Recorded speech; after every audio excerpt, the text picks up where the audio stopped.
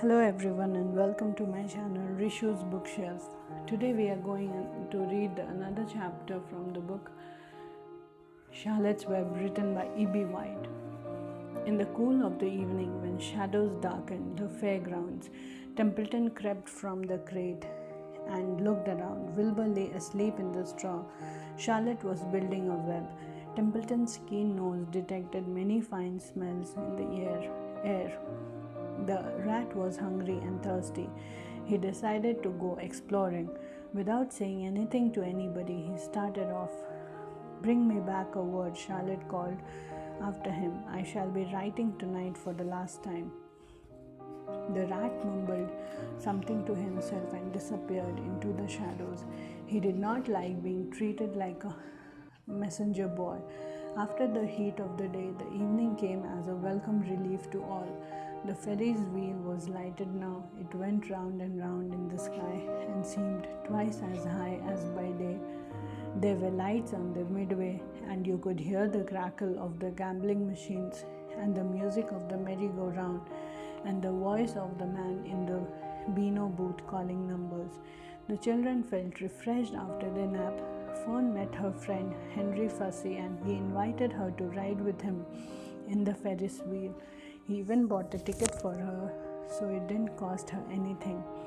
When Mrs. Arable happened to look up into the starry sky and saw her little daughter sitting with Henry Fussy and going higher and higher into the air, and so saw how happy Fern looked, she just shook her head. My, she said. "Henry Fussy, think of that." Templeton kept out of sight.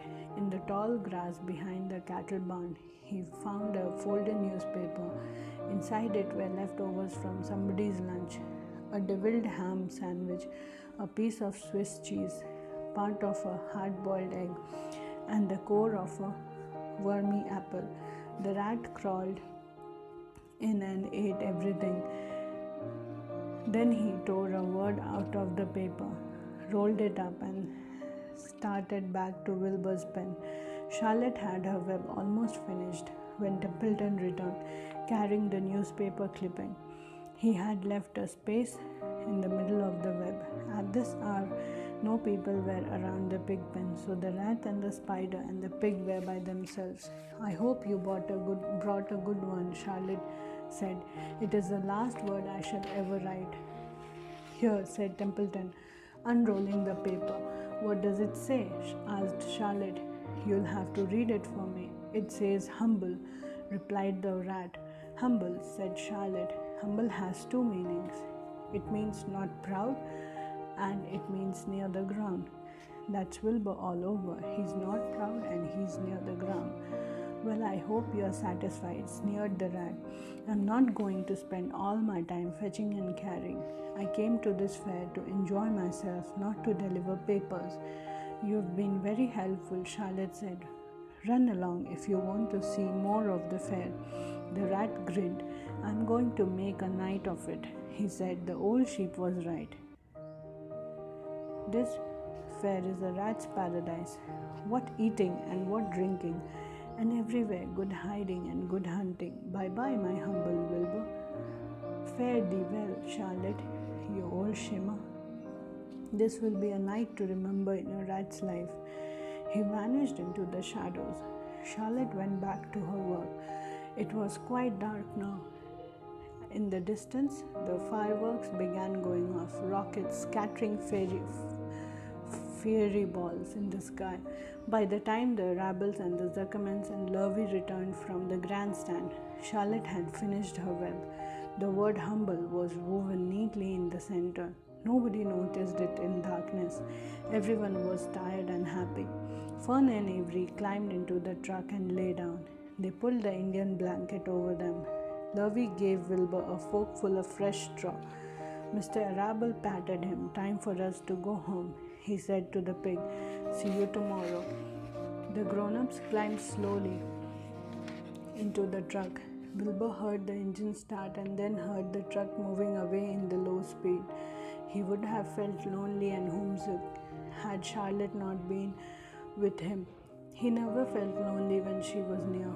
In the distance, he could still hear the music of merry-go-round As he was dropping off to sleep, he spoke to Charlotte. "Sing me that song again about the dung and the dark," he begged. "Not tonight," she said in a low voice. "I'm too tired." Her voice didn't seem to come from her web. "Where are you?" asked Wilbur. "I can't see you. Are you on your web?" "I'm back here," she answered, "up in this back corner." "Why aren't you on your web?" asked Wilbur. You almost never leave your web." "I have left it tonight," she said. Wilbur closed his eyes. "Charlotte," he said after a while, "do you really think Zuckerman will let me live and not kill me when the cold weather comes? Do you really think so?" "Of course," said Charlotte. "You're a famous pig and you're a good pig. Tomorrow you'll probably win a prize. The whole world will hear about you. Zuckerman will be proud and happy to own such a pig. You have nothing to fear, Wilbur, nothing to worry about. Maybe you'll live forever. Who knows? Now go to sleep." And for a while there was no sound. Then Wilbur's voice, "What are you doing up there, Charlotte?" "Oh, making something," she said, "making something as usual. Is it something for me?" "No," said Charlotte. "It's something for me, for a change." "Please tell me what it is," begged Wilbur. "I'll tell you in the morning," she said, "when the first light comes into the sky and the sparrows stir and the cows rattle their chains, when the rooster crows and the stars fade, when the early cars whisper along the highway, you'll look up here and show you something. I'll show you my masterpiece." Before she finished the sentence, Wilbur was asleep. She could tell by the sound of his breathing that he was sleeping peacefully deep in the straw. Miles away at the Arabel's house, the men sat round the kitchen table, eating a dish of canned peaches and talking over the events of the day. Upstairs, Avery was already in bed and asleep. Mrs. Arabel was tucking Fern into bed. "Did you have a good time at the fair?" she asked as she kissed her daughter. Fern nodded. "I had the best time I have ever had anywhere or any time in all my whole life." "Well," said Mrs. Arabel, "isn't that nice?" Thank you all for listening, and I'll see you in my next one.